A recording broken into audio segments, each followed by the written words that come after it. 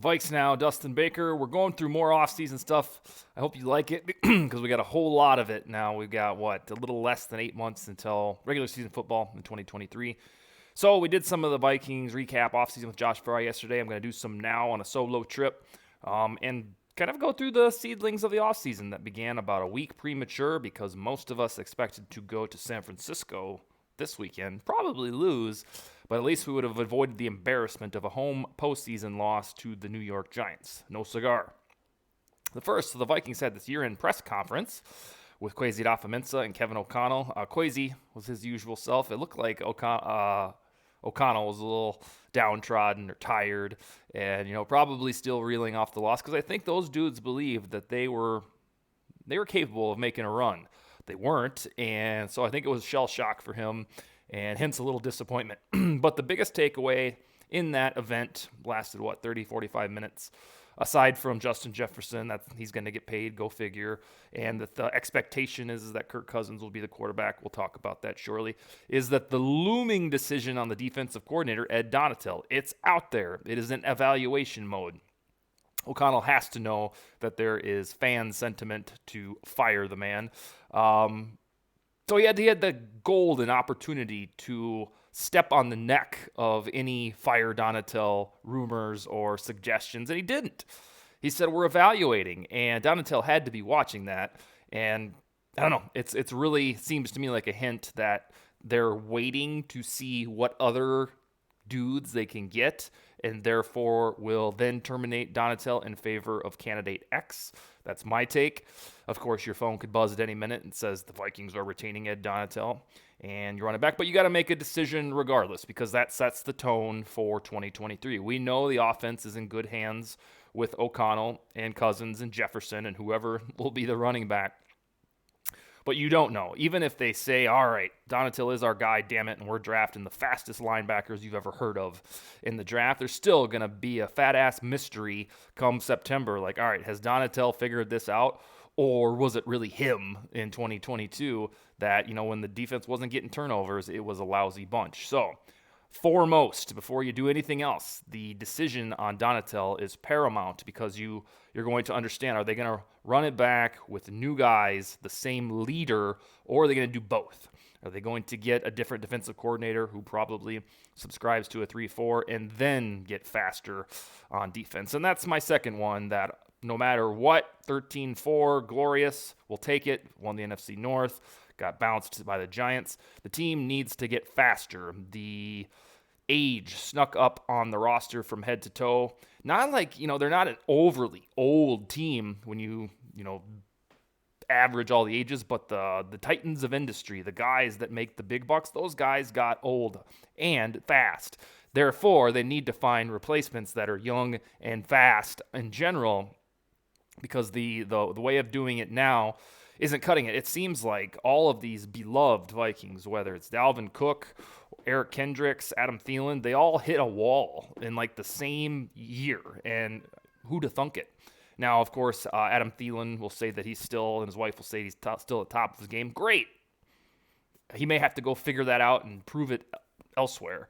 But I just don't think that, especially the linebackers, they don't seem equipped for the modern NFL. And if it's scheme, fine, figure that out too. But on the whole, a lot of the guys that make mega bucks have hit the age of 30 or getting close to it, and they're just not matching the dollars that's being put into their bank account when you factor in an NFL salary cap and, Kwesi Adofo-Mensah's budget.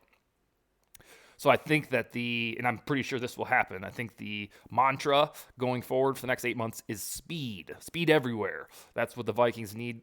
They used to have it. A lot of these guys I just talked about used to be fast as hell. But now it's just not quite as much as they used to be. Another looming one, kind of like the Donatel decision, will be a decision on Kirk Cousins. Not so much that who's going to be the QB1 in September. It will probably be Cousins, but the big domino is whether or not they employ their usual tactic of adding an extra year onto the deal to alleviate cap pain and therefore commit to Cousins through the end of 2024. It's annual tradition, Vikings football, that you don't want Kirk to go on the final year of his deal. I guess that's insulting. Unless you're Lamar Jackson, dudes hardly ever go on to their final year of their contract.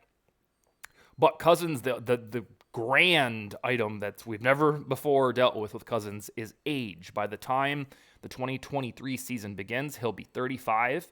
And unless they're Aaron Rodgers, quarterbacks don't tend to get better at this point. They either stay the same, like Brady did for, I guess it would be 8-9 years after this, or they're like Drew Brees, Ben Roethlisberger, where they start to regress little by little, and then come for Cousins 20, 25, 26, they look horrible, and they're just holding on for dear life.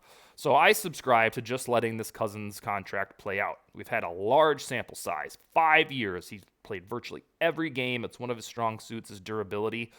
But they've missed the postseason 3 times. They've gotten there twice, never advanced beyond the divisional round. And in that 49ers playoff game 3 years ago, it didn't even really feel competitive in the second half. So, I mean, do we want to keep doing this, hoping that you can assemble a 2021 Rams-like roster and then get Cousins to the promised land? I will maintain forever that if you put Kirk Cousins or Derek Carr on the 2021 Rams, they would have won a Super Bowl too. Stafford didn't do anything incredibly special. He was clutch, but we've also seen that Cousins can be clutch this year with all of the game-winning drives. And Derek Carr, when they are still in love with him, he can do that too. But I believe I don't see the Vikings assembling a Rams-ish roster in the next 2 years to pair with Kirk. And then you got to make a decision. You either got to pay an elite quarterback, elite dollars, or you do the rookie quarterback thing. There's really no in-between. We've tried the in-between for 5 years, and it's got us one playoff win. So I think that I don't think they'll do this. I think they'll probably add the extra year onto Cousins because that's the way the world works. But if it were left up to me, I would say, homie, you're playing this final year. God love you. And we are going to contemplate the afterlife of the Cousins era. I think it's time for that. And I don't know if Kwesi Adofo-Mensah and Kevin O'Connell want to do that. But fully on board with Cousins next year and doing the thing. But I'm convinced that it's now time to draft your guy, whether that's this year or next, groom him, get him ready, and then we'll try the cheap quarterback thing because, everybody else does. The next one is you got to say goodbye to these large contracts. It's been a talker for the last, 4 or 5 days, and it's self-evident now between Dalvin Cook, Eric Kendricks, Adam Thielen, who am I forgetting? Jordan Hicks isn't huge, but all of those guys no longer match their production level.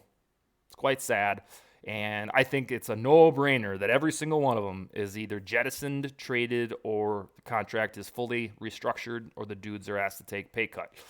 Their Vikings cap room right now is usually underwater, and it is again. I think they're in the third most dire cap situation. They're going to be fixed in like a week by Rob Brzezinski, but it's a no-brainer that the roster, A, is going to look a lot different, and then B, a lot of the players that you've grown to love, grown up with, or really enjoyed since the dawn of the Zimmer era either won't be with the team or will be at a reduced price.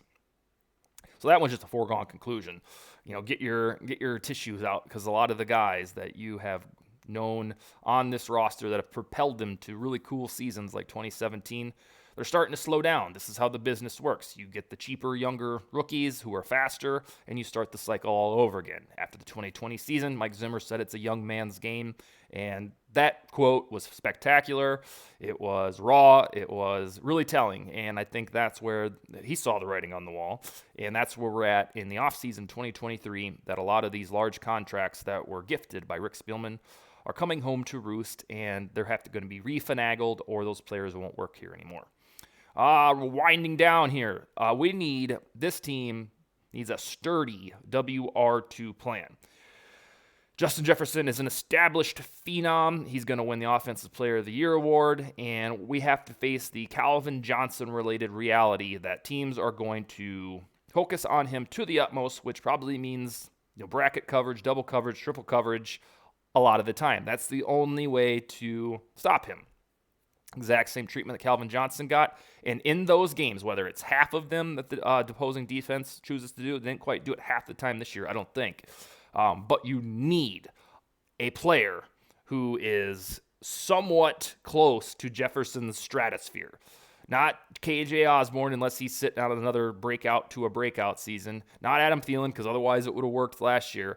But you need, whether it's free agency or the draft, you need a WR2 that probably is affordable and that is going to be the guy in those games where Jefferson is neutralized. We're kind of in LeBron territory with Jefferson, where in games where he only has 7 catches for 60 yards, we're like, what's the problem now? What are they doing? Why is he having an off game? Because he's that good. So you need somebody in basketball. You need somebody you could pass the ball to who can stroke shots when the other guy is double teamed. In football, it's the WR2. Who can Cousins or the next guy throw to when Jefferson has been taken out of the game plan? They didn't have that guy this year. We thought it would be Adam Thielen back in September, but either Kevin O'Connell didn't quite understand how to use Thielen, or Thielen indeed hit that wall that we've hinted at. It's probably the latter. And this one you should delight, because Minnesota Vikings fans love drafting, finding new wide receivers, and I think it's on the way. I think it cannot be ignored. When Thielen was cooking, the prime Thielen, so to speak, he fit the role perfect. But he didn't do that this year, and therefore you need to make changes. So whether that's using the 23rd pick, trading back and using a second rounder on a WR2, or finding the most underrated guy in free agency, there needs to be a WR2 opposite Jefferson who can step up, grab 100 yards per game when Jefferson is double covered. The Vikings also need to formulate a cornerback plan. Well, what does he mean by that? They've got like 6. Yeah, they have a lot of depth at corner, but right now, ask yourself, who's going to start week 1 at cornerback? Do you have any clue? There's like 6 guys that could reasonably do it. You need 2 guys for sure, and then the other 4 can build out the depth. We don't know if Patrick Peterson will be back. He said in November that he wants to. Great, we'll take him, but you have to prepare if you sign him back that he ain't going to be as good, because like Thielen, he's getting old.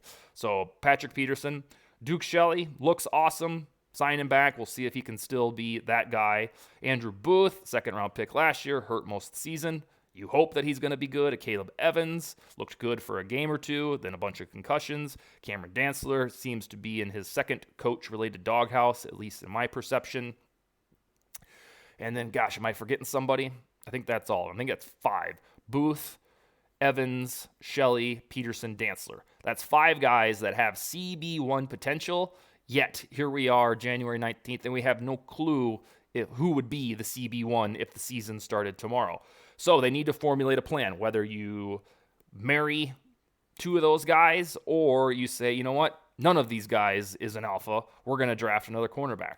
I will be okay going into the 2023 season with those guys, but I'd really like to know, is Shelley sustainable? Is Peterson going to drop off? Why is Dantzler just deactivated for a playoff game? And then are Evans and Booth even the real deal at all? That's a lot of maybes for one of the most evolving, important positions on the football field. I should say evolving into. Now that the league passes all over the damn place, you need cornerbacks. And if you don't have a shutdown one, I don't know if 5 decent guys does the trick. And we've already seen in the past couple drafts, if you draft a cornerback in the first round, there's a very good chance that guy is game ready. So that's something that perhaps the Vikings will want to explore. And then my final thing.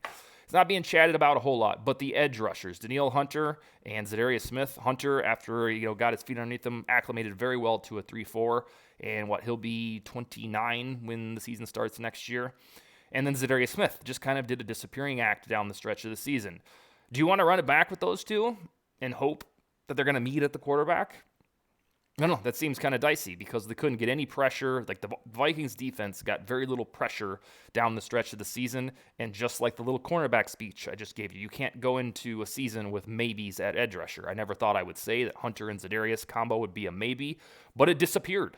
And I don't think either one of them individually sucked. Certainly Hunter didn't suck, but with Zadarius, I guess apparently this is what he does. He starts off like gangbusters in a season, injuries hit, ends it with a whimper. And the Vikings haven't drafted an edge rusher in the first round since Erasmus James, and that was 17 years ago. So all of these things kind of building up. Do they like Patrick Jones enough to start him? Would you feel good about Patrick Jones starting week 1 2023 season? I don't think DJ Wanham is a full-time starter. But suddenly, at edge rusher, there's a lot of maybes. And for a team that is starved for drafting an edge rusher in early rounds, it might be something to think about. But you, on defense, no matter if it's Ed Donatel or the next guy, you cannot skimp at cornerback, and you cannot skimp at edge rusher. And the way the roster looks right now, you look at it and you're like, I guess it could work. You want to roll into a season, especially if you renew these Super Bowl stakes with, emphatic. Like, oh, we got guy blah, blah, blah at cornerback. We're going to be fine. Or next to Danielle Hunter, you've got this dude who you drafted in the first round who's game ready. You don't want to have half-assed plans at cornerback or edge going into a season where you need a rebound on defense. So those are items to think about. I'm not sure if we'll have a guest tomorrow or chat more about this offseason stuff, but you'll hear from me plenty because it's just you and I and, the rumor mill, free agency, the draft. It'll eventually be mini camp, training camp, preseason for the next 8 months. But that's all I got to start the offseason. In the YouTube comments or on Twitter, you can always message me with questions or topic ideas because we're going to be doing this little dance for a very long time until real football starts again. All right, let's go, baby.